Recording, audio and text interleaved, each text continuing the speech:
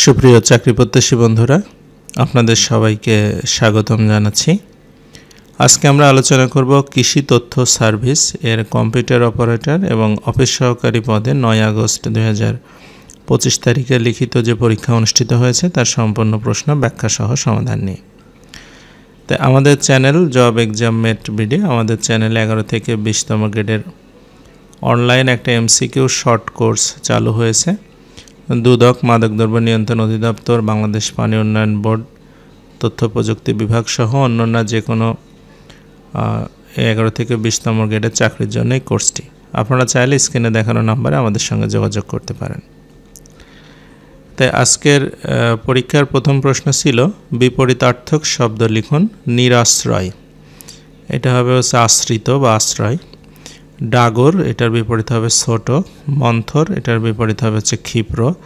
প্রসারণ, এটা হবে আকুঞ্চন। এবং বৈরাগ্যর বিপরীত হবে আসক্ত। 2 নম্বর থেকে উপসর্গযোগের শব্দ গঠন ছিল।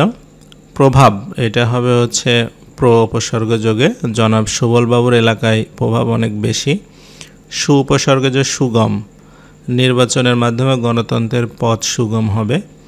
অনু, এর মাধ্যমে শব্দ হবে অনুশোচনা। অতীত নিয়ে অনুশোচনা করা উচিত নয়। অঘা, এটা অঘারাম, তোমার মতো অঘারামের দ্বারা কোনো ভালো কাজ হবে না। এবং অধি, এটা অধিকার, সম্পত্তিতে সব সন্তানের সমান অধিকার আছে। 3 নম্বরে বলছে শওকত উসমানের প্রকৃত নাম কি? তার রচিত 3টি উপন্যাসের নাম লিখুন। শওকত উসমানের প্রকৃত নাম শেখ আজিজুর রহমান। তার রচিত 3টি উপন্যাস জাহান্নাম হতে বিদায়, 2 সৈনিক, জলাঙ্গি। বিহারীলাল চক্রবর্তী কে? তাকে কে কেন ভোরের পাখি বলে অভিহিত করেছেন? আধুনিক গীতি কবিতার জনক বিহারীলাল চক্রবর্তী। গীতি কবিতার ক্ষেত্রে রবীন্দ্রনাথ ঠাকুরের তিনি গুরু। রবীন্দ্রনাথ ঠাকুর তাকে ভোরের পাখি উপাধি দেন। মানে গীতি কবিতা মানুষের পার্সোনাল ইন্টেনশন নিয়ে, আনন্দ বেদনা নিয়ে, অন্তরের অন্তঃস্থল থেকে যে কবিতা প্রকাশ হয় সেটাই গীতি কবিতা। বিহারীলালই প্রথম বাংলায় নিজের পার্সোনাল আবেগ অনুভূতি নিয়ে কবিতা রচনা করেছিলেন। সেই জন্য রবীন্দ্রনাথ ঠাকুর তাকে ভোরের পাখি উপাধি দিয়েছিলেন। এরপরে 5 নম্বর ছিল ট্রান্সলেশন। বলছে নিয়মিত খেলাধুলা করলে শরীর ভালো থাকে, আর শরীর ভালো থাকলে মনও ভালো থাকে। পড়ার সময় পড়া, খেলার সময় খেলা অতি উত্তম নিয়ম। সারাদিন খেলা করা ভালো নয়, সারাদিন পড়াও ভালো নয়। The playing sports regularly keeps the body healthy, and when the body is healthy, the mind is also healthy. It's an excellent rule to study during study time and play during play time. Playing all day is not good. Studying in all day is also not good. এরপরে 6 বলছে make sentence with the following phrase. প্রথমে ছিল out and out, সম্পূর্ণরূপে বা পুরোপুরি, এটার অর্থ he is an out and out liar, so you can't trust anything he says. মানে সে সম্পূর্ণরূপে একজন মিথ্যাবাদী, তার কথায় বিশ্বাস করতে নেই। ডন টু ডাস্ক, এটার অর্থ সকাল থেকে রাত সন্ধ্যা পর্যন্ত। We worked from dawn to dusk 7 days a week, আমরা 7 দিন সকাল থেকে সন্ধ্যা পর্যন্ত কাজ করি। এরপরে স্লো কোস, এটার অর্থ অলস। কমান, don't be such a slow cos, we need to get meeting on time. বলছে তাড়াতাড়ি আসো, অলসের মতো করিও না, আমাদের মিটিংয়ে সময় মতো যেতে হবে। এরপরে ব্লু ব্লাড, অর্থ আভিজাত্য। ডেসপাইট হিজ ওয়েলথ, তার সম্পদ থাকা সত্ত্বেও he does not have blue blood as he comes from a humble family. মানে সম্পদ থাকা সত্ত্বেও তার কোনো আভিজাত্য নেই আর কি। এরপরে শেষেরটা ছিল বাই ভার্সু, এটার অর্থ গুণে। The king ruled the land by virtue of his birthright. এরপরে আমরা চলে যাব 7 নম্বরে, কারেক্ট দ্য ফলোয়িং সেন্টেন্স। প্রথমে ছিল Karim saw a dead horse walking on the road. এটা হবে while walking on the road Karim saw a dead horse. এরপরে Rahman asked not to go there, এটা হবে Rahman asked me not to go there. All that glitters is not gold, এটা ঠিকই আছে বাক্য, এটা হবে all that glitters is not gold, মানে চকচক করলে শোনা হয় না।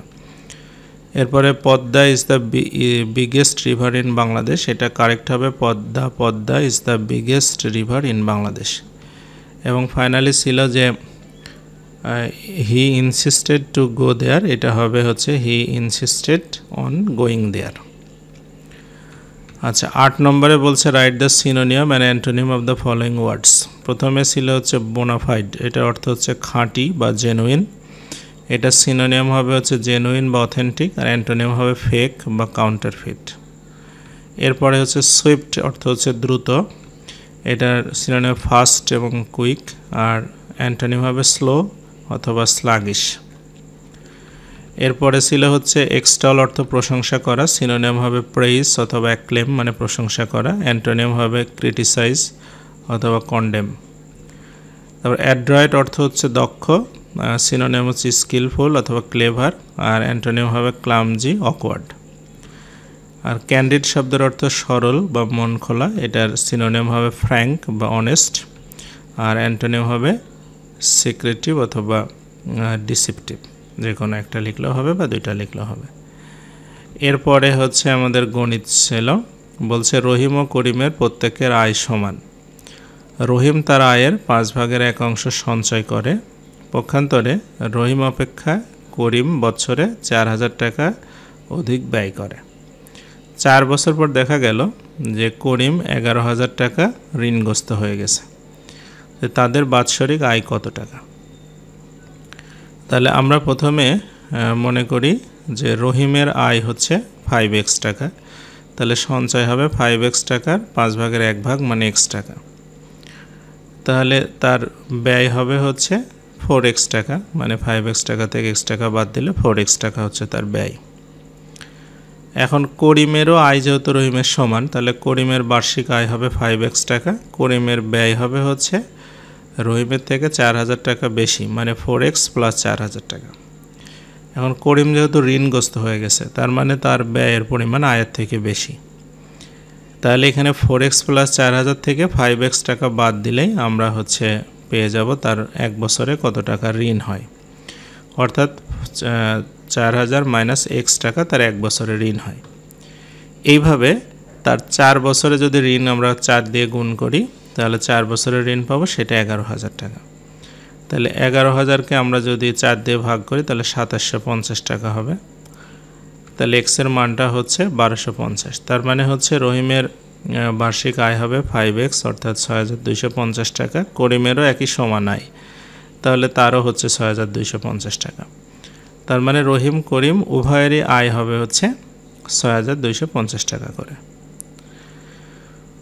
আচ্ছা এরপরের প্রশ্ন বলছে যে 8% হার মুনাফায় 750 টাকা এবং 6% হার মুনাফায় 1250 টাকা বিনিয়োগ করলে মোট মূলধনের উপর গড়ে শতকরা কত হারে মুনাফা পাওয়া যাবে?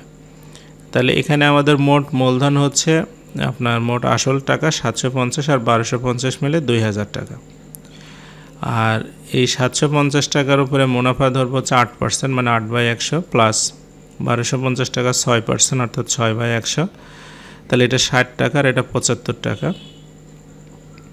তাহলে মোট হচ্ছে 135 টাকা। তাহলে 135 টাকা মুনাফা হবে 2000 টাকায়, তাহলে মুনাফার হার কত হবে? 135/2000 গুণন 100 অর্থাৎ হচ্ছে 6.75% হচ্ছে শতকরা মুনাফা গড়ে। এরপরে 11 নম্বরে আসি, বলছে সমাধান করুন x² + y² = 85 এবং xy = 42। তাই প্রথমে আগে যেটা দেওয়া আছে সেটা আমরা লিখে নেব। আমরা জানি x + y² = x² + y² + 2xy। তাহলে এখানে আমরা x + y টা যদি রেখে দিই তাহলে রুট হয়ে যাবে, x² y² মান 85 আর xy এর মান হচ্ছে 42। তাহলে 85 আর 42 দোকানে 84 যোগ করলে হবে 169। তাহলে x + y এর মানটা হচ্ছে 13। তো এটা হচ্ছে আমাদের 1 নং সমীকরণ দিলাম। আবার আমরা জানি যে x - y² = হচ্ছে x² + y² - 2xy। তো একইভাবে x - y এখানে রেখে দিলে 85 থেকে 42 দোকানে 84 যদি বাদ দিই তাহলে আমরা x - y √1 হবে, x - y এর মান হবে 1। এটা 2 নং সমীকরণ। এখন সমীকরণ 2টা আমরা যোগ করব।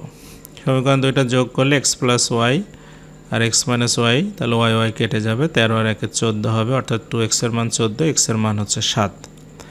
আর সমীকরণ দুইটা যদি আমরা বিয়োগ করি তাহলে হচ্ছে x plus y minus x plus y হবে, 13 থেকে 1 বাদ দিলে 2y সমান সমান 12 হবে, y এর মান হবে 6, অর্থাৎ হচ্ছে x এর মানটা 7 আর y এর মানটা হচ্ছে 6। এইটা হচ্ছে উত্তর। এরপরে প্রশ্ন ছিল যে প্রমাণ করুন যে ত্রিভুজের 3 কোণের সমষ্টি 2 সমকোণের সমান। তে আমরা সাধারণ নির্বাচন প্রথমে লিখে নিব যে প্রমাণ করতে হবে যে ত্রিভুজের 3টি কোণের সমষ্টি হচ্ছে 2 সমকোণ মানে 180 ডিগ্রি। তাহলে আমরা বিশেষ নির্বাচন হচ্ছে মনে করি যে এবিসি একটা ত্রিভুজ, এই ত্রিভুজের আমাদের প্রমাণ করতে হবে যে কোণ বিএসি, কোণ এবিসি আর কোণ এসিবি এইগুলা যোগ করলে 2 সমকোণের সমান হবে। তাহলে অঙ্কনটা আমরা লিখি, বিসি বাহুকে ডি পর্যন্ত বর্ধিত করব এবং সি বিন্দুতে সিই সমান্তরাল বিএ আঁকব। এবার আমরা প্রমাণে যাব, যেহেতু সি আর বিএ হচ্ছে সমান্তরাল, এসি হচ্ছে ছেদক, তাহলে আমরা বলতে পারি যে কোণ বিএসি আর হচ্ছে কোণ এসিই এই দুইটা হচ্ছে সমান হবে, কারণ একান্তর কোণ হবে।